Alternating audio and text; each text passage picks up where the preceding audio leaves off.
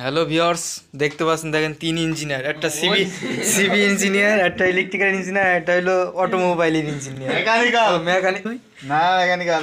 তিন ইঞ্জিনিয়ার মিলে এখন টিভি সারাই করা হচ্ছে, তাও এলইডি স্কাই ভিউ টিভি। দেখেন তিন ইঞ্জিনিয়ার, এটা হলো সেই বাটাম। কিসের বাটাম? এটি মাটাম, ওটা হলো রিমোটের বাটাম।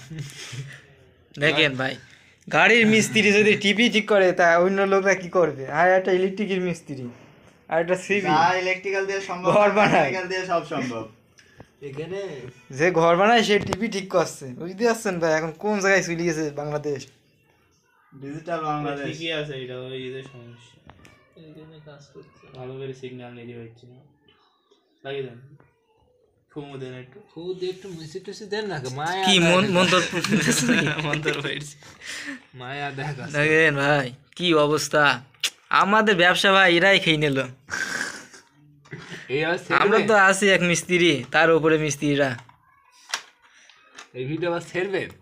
অবশ্যই লাইভ চালালে তো ভালো। লাইভে যাও, লাইভে যাও।